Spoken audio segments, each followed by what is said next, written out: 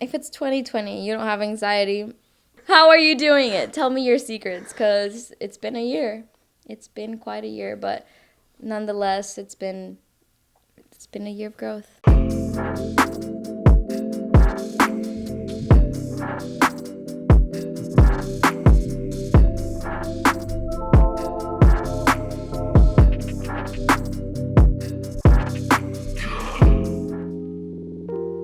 In all seriousness, I have some pants.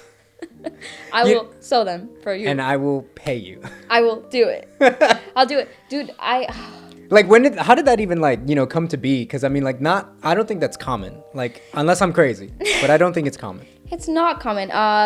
My grandma from my dad's side, who literally I don't even speak to, when I was really, really little, I must have been 3, she would take me to her house and I would sew clothes for my Barbies.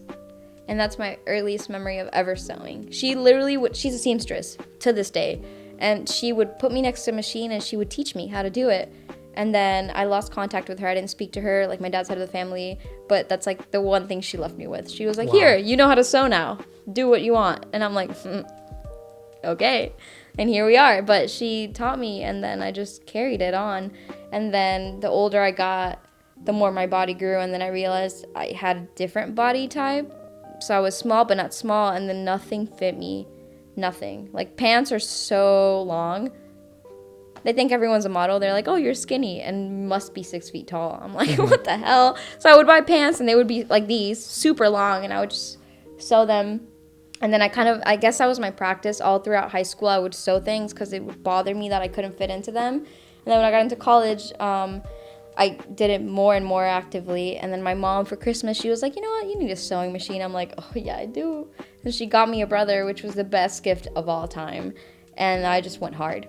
After she gave me the machine, I was like, no more hand sewing. And most of the things I did, it was by hand. And it was great, whatever. But it took so long. And then once I had the machine, I went crazy. And then my friends started to notice. And then I would have random people that like were in my acquaintance groups. They'd be like, oh, can you fix this? And I'd be like, yeah, sure. And then it just kind of grew and grew. And then I had the art show, and then it just went from there. And now I'm just sewing people things. I'm like, oh my goodness, I didn't even know I would ever get this far. And my grandma would probably be like, nice, I did that. I made you. And I think it's been so shocking and rewarding when people message me and they're like, hey, can you fix this? Or hey, could you make this like special custom thing for me? Because I like don't believe it. Like, I see me from a third person. I'm like, who? Her? What? Oh yeah, she'll do it, but I don't know about me, but she'll definitely do it. She's got you. But like, I look back and I think who I am as an artist and who I am as a person are like two different people. But I can get into both of those people, but it's so crazy to me. Yeah. To be me. Of course. I make art all the time and I'm constantly having this third person view and I'm like, wow, she did that. Whoever that was, she did that. Do you feel like you're actually like, I don't want to, I guess conscious? Like, you know, like when, like, or do you kind of feel like you lose yourself in the moment of creating? I think I lose and find myself in the moment of creating. I love that. When I'm making anything, at first I'm like, what the hell? And then I make it and then I'm like, ooh, what's that? But then like, sometimes it's right away and other times it's way later when I look back at a piece or I look at something and I'm like, oh, wow, that was me. Like, I did that. And I sit there and I kind of like wallow in myself pretty much. And I'm like, oh, wow, I did that. That's cool. I did that. Cool. And then I move on from it. But sometimes I don't realize I'm doing something cool until way later. And then I'm like, wow, I did that. This is so cool. Yeah. Oh, my goodness. Thank God for that first art show. Oh, man. I was so scared. I was like, I don't know what I'm doing. I don't know what to do. And then I did it, and I was like, what kind of fucked that up? And I was like, wait, no, it was fine.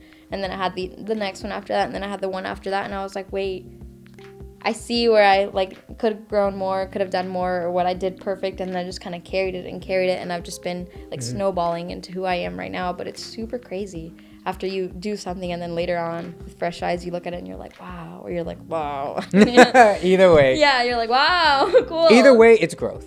Yeah. Which is the best. As long as you can see it for that way, like, that is the most important thing. That's the biggest takeaway. Yes, absolutely. I think a lot of art is like, all art is like that. I don't think any artist is like perfect. And they look at it and they're like, it was perfect. No, like, you learn something from yourself every time. Art is crazy. And I love that it's in my life. And I have so my second tattoo, I only have 2 tattoos, but my second tattoo, I got it also in Colombia. because I was going through it. And I was really just doing the worst, doing whatever. And in my dreams, I was talking to God. In my dreams, I was just talking, doing sorts of crazy things. And in my dream, I talked about how I didn't have a purpose. And in my dream, it kept on being repeated to me, create, create, create, create. And I kept on chuckling because I was like, that's all I do. I just create things all the time. Like, I don't have a specific medium. And I think that's something that I guess I see different than all the other artists I see. Like, I do everything. Yeah. Because I just feel like all of it makes me happy. I love to sew, I love to crochet, I like to embroider, I love to paint, I like to work with oils, I like to do pottery. Like, I do everything because it just makes me happy. But I feel like I haven't found the one medium that I stick to, because I feel like I can't. They all make me so happy. And so when I was in Colombia, this happened like 2 days before I got the tattoo. I had the dream that I was having. In my dream, I was surrounded by bushes of roses, right? And I kept wondering why I was surrounded by roses. And the next day, I was awake and alive and going. Somebody was speaking to me about how it's so corny. Somebody was like, life is like a bush of roses. They were like, there's no thorns without the rose. And I chuckled at first, and I was like, ew. And then I was like, that's corny but super true, but corny but true. And then the more I thought of it, the more I was like, damn, like, life really is so pretty, but so painful sometimes, but so pretty. And I really kept sitting on it. And then I dreamt my tattoo in my dream. And then I woke up and I was like, fuck it, we're gonna draw it. And then I did the whole thing. And then the next day I was like, all right, I'm just gonna get it. So then, if you look at my foot, it says create, and it's got a rose. Okay, yeah. And I got that, and it was so painful. I can imagine. I mean, fucking painful right here. But sometimes I'll just be sitting and I'm like, oh, I have no purpose. Like, why can't I come up with one thing that I'm good at and just do it? And then I remember that, like, I can do anything. I can create anything because I'm human. And what are humans? They're creators. What do? We create. We create life, we create art, we create music, we create happiness, we create sadness, we create whatever. Memories. But we create them, and like, we do it. And so I was like, fuck it, tattoo, fuck it, life. And so, like, ever since then, I've just been creating everything. And I think that's why my art is so chaotic, because it does what it wants, and I do what I want with it, and I love it. And I think that's what makes me me. It's been a year. It's been a year of growth. It's been a year of tremendous growth. I think I've learned so much about myself thus far than I have. Like, I feel like for the first time in my life, I kind of know who I am. That's good.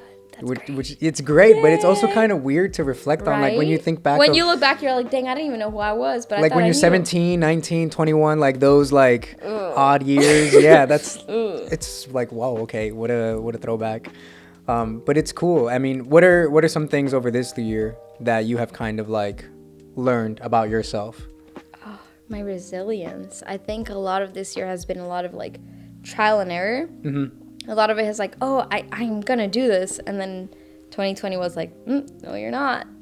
And then I normally would be like, damn, I'm so defeated. But I think this year taught me that if you just keep pushing, you'll make it there eventually. Yeah, absolutely. And I really have just gone through the hurdles, but I've continued because I know there's a lighter side to the other side. And I think I just pushed myself enough to get there. And I think we're getting there. Experiences. Well, like with anxiety, something that is interesting that I kind of came across recently, like, I know it's going to happen, always. But what's interesting is there's a type of like adrenaline like rush when it occurs. Because when I wake up, I kind of already feel it. Like, that's the worst out of all the times. It's in the morning. When as soon as you wake up, because it sets the tone. Like, yeah, it sets the tone for your day, and it's like, nah, you know. No, that's why I wake up early. I do yoga, and then I journal, and I'm like, today, this should happen, but it's not even 7. It's just in my dreams, and then I move on from it. But it's really good to just sit and process those feelings before you move on. But the morning is the worst. You know, my boss says that a little bit of anxiety is vital and important, because he says that's how we drive our motivation. He says if people didn't have anxiety, they would have no motivation, because if you're not afraid of doing something of not doing something that you're supposed to, then there's no motivation. Yeah. Because you're too chill to do it, and you're just like, man, whatever. And so I was like, I guess that's a way to look at it. But then my therapist was like, well, look at the anxiety, look at the motivation, and then think of yourself on a desk and write down the anxiety, and then watch yourself crumble it up in a piece of paper and then throw it in the trash. And anytime I'm anxious, especially when I wake up, I just lay down and I watch myself throw it away. And then I get up and I'm like, all right, it's gone. I threw it away. So you like envision yourself doing it. I know that there are people that say to actually like do that. Write it and do it. Yeah. Which is a waste of paper, but like some people like that helps to have something that's tangible and like really. I think my tangible thoughts, I don't want to throw away. So I keep them. So like my tangible thoughts will be my dreams. My dreams are really vivid and really active. So I've had a dream journal since I can remember. Yeah. I'm writing a book on it. Someday I'll eventually publish. Yeah, I would read that. I love talking about dreams. I wake up and I'll write my dreams, whether it's in my notes on my phone or just like in my actual dream journal, and I'll write them because I want to know what I'm feeling or what I dreamt about, whatever. And then I write about it, and then I let it go. I don't throw it away or I don't do anything, but I just like let it go. And that's kind of how I do that. But my dreams are crazy. So I have inception dreams. Really? So like I dream within a dream, and I also lucid dream. So I know when I'm dreaming. Lucid dreaming is crazy. Almost every night. When I dream, like, oh my goodness. I'll have dreams and I like wake up and I'm just like, and I'm writing my journal. I'm like, dude, who told her to do that? But holy cow. My dreams are crazy. And I just like, I can't believe that in my subconscious, I know I'm dreaming. Yeah, I love when that happens though, because then you kind of can like take control of whatever your reality is. Crazy stuff. I think I had a dream recently where like I was Spider-Man. I love that. And I was like, this is fucking sick. Yeah. You know that's so much funner. My dreams are not that fun. But they're still pretty cool. I've dreamt some stuff that later on I've reflected on, and I've realized that like the universe was really telling me stuff. It's always telling me stuff. How often do you think that happens though? Because you always hear, don't read into it too much sometimes. Right. Or not sometimes, but like that's what a lot of people will say when you're overthinking or overreacting to a dream. Right. And then when you're not and you just have like a dream, then that's when like people I think try to entertain the idea of like, what does this mean also? Right. Like it's just weird. Like at what point does it mean something, or what really, like, how do I say this? I can't even speak English, but like when does it mean something and when does it not? Yeah, you know? I think it means something when it happens more than once. Okay. Like, so over quarantine, I was staying out in Okeechobee. So my boyfriend, he lives out there, and his family lives out there. And I was in nature a lot. I was outside a lot. I was with cows. I was out there, and I was loving it. And I had 3 consecutive dreams within like a 3-week period that were all about the same thing, but different styles of the same dream. Okay. And it made, like, at first, the first one made no sense. But then I had the second one, and then I had the third one, and I was like, all right, somebody's telling me something. I don't know who it is, but it's whack. In my dream, I was looking at this huge forest, and I was like, wow, it's so, and I was admiring how beautiful it was, like big pine trees. It was so green that it almost hurt to look at, and I kept looking, and I was just mesmerized by how beautiful it was, and I kept staring at it, and I couldn't believe. And then I had a third-person view of myself, so I'm standing in front of this forest, and I see myself, and I'm looking at myself, and I'm like, wow, she's reflective. And I look at me, and you know how disco balls have these tiny little mirrors? Yep. My whole skin, all my everything was little mirrors. Like I was just reflecting. And then it went back to first person, and I was back in myself, and I looked down, and I was covered in mirrors, and I was looking at the forest through myself. And I looked at myself, and I was like, holy shit. And I was like, oh my God, this is crazy. And I woke up, and I was like, and I wrote about it, and I was like, crazy dream, whatever, don't think twice. So then a week later, I have another dream, and in this dream where it was like the Louvre, like in Paris, and I'm over there, we're going through different like halls, and I get to this hall, and it's all mirrors, right? And I stand in front of the mirror. This is where I knew it was like I was lucid dreaming so hard, and I stand in front of the mirror, and I go like that, and I see my hair, and my hair was like down to like below my ass. And so I'm looking in the mirror, and I went like that, and I looked at myself in the mirror, and I clearly remember being like, damn, this is a dream because my hair's not this long. And I looked in the mirror and I was like, oh, fuck it, it's just a dream. And I started going like that, and my hair was just like moving. And this hall of like art was just different mirrors, and all the frames were beautiful, like beautiful, thick, like gold, beautiful frames. But it was just me. Like I was the art in this museum, gosh, right? Wow. And so I'm looking at myself, and I'm looking at all the different mirrors looking at me, and I just couldn't believe that I was aware that it was me in a dream, because I've never self-acknowledged that way. And it was wild. So then I wake up and I'm like, okay, maybe something's happening. So then the third dream was full X Games mode, and I was like, all right, it's definitely it. So in the third dream, I was in a mountain, and I hike a lot. So hiking is one of my favorite things to do.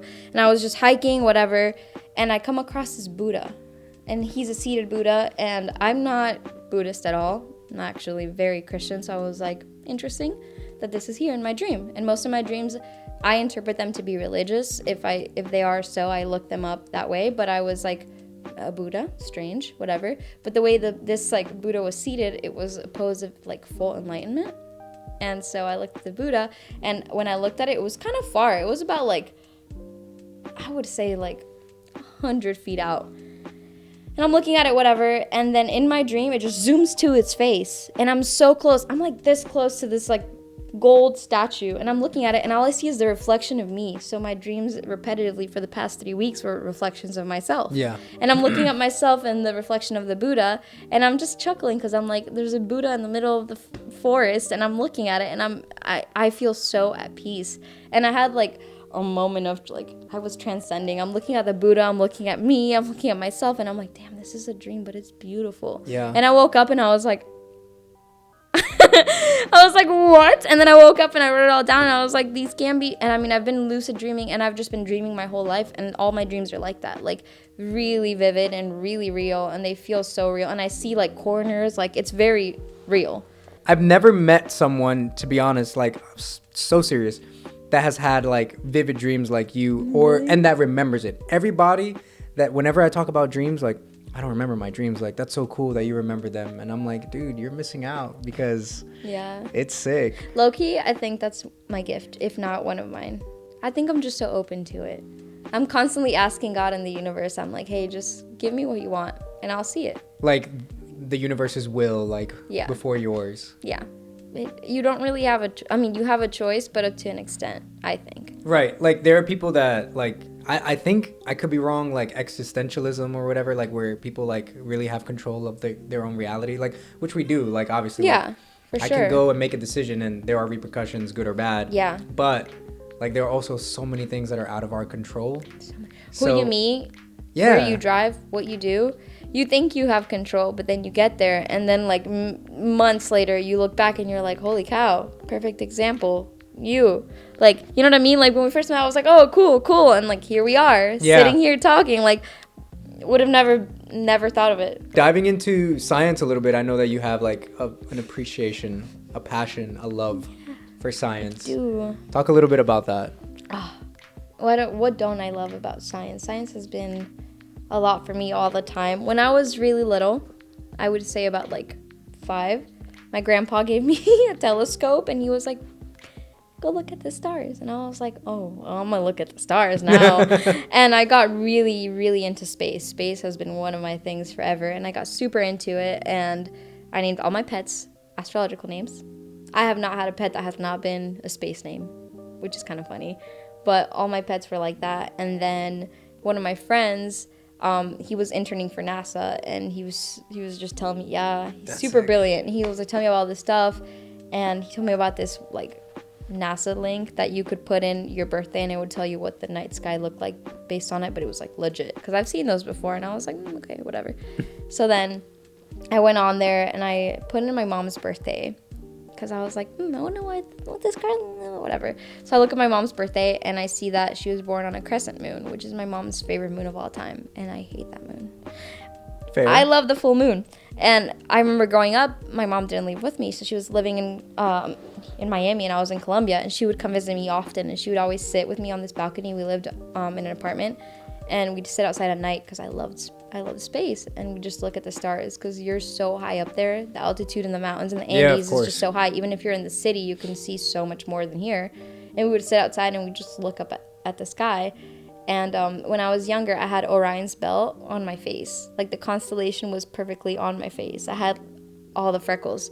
And I grew up knowing that and loving that, whatever. And we would sit outside, and my mom would always be like, wherever you are, I am, because I can see you. And I would be like, what do you mean? Well, in in this side of the earth, from Miami and from Medellin, you can see Orion's belt at the same time. So my mom would always look up and she would see me. So I love that. And I was like, oh, I love that. So anyways, when I looked up at the NASA website, I looked at my mom's birthday, and I was like, wow, she's born on a crescent moon. It's her favorite moon of all time. And I thought that was funny, whatever. And then I looked at my birthday, and coincidentally, I was born a waxing moon. And her moon and my moon make a perfect full moon. Right. Which I thought was like the sweetest thing. And I was like, girl, we're a full moon. You and me are whole. And she was like, really? And I was like, yeah. And we went to Colombia. At that time, I went 3 times in a row.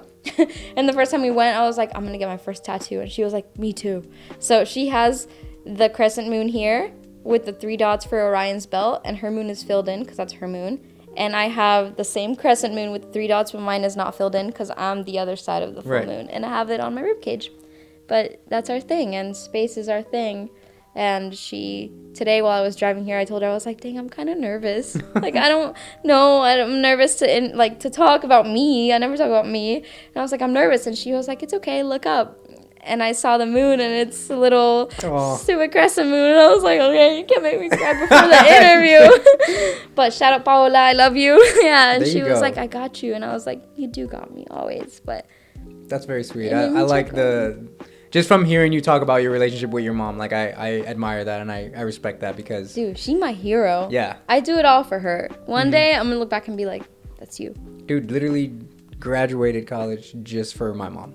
Me and May, I'm like, for you. Yeah, like, it's just like, otherwise I'm like... There's no way you struggled to move here without your daughter and live without her for so many years and work 3 jobs so that I am not successful. No. Yeah. Like, my mom's going to retire in a little finca in Colombia, probably like actually on the beach. My mom loves the ocean. Yeah. And I'm going to buy her a little house next to the ocean. I'm going to be like, this is for you because you sacrificed everything for me and I want to give it all back.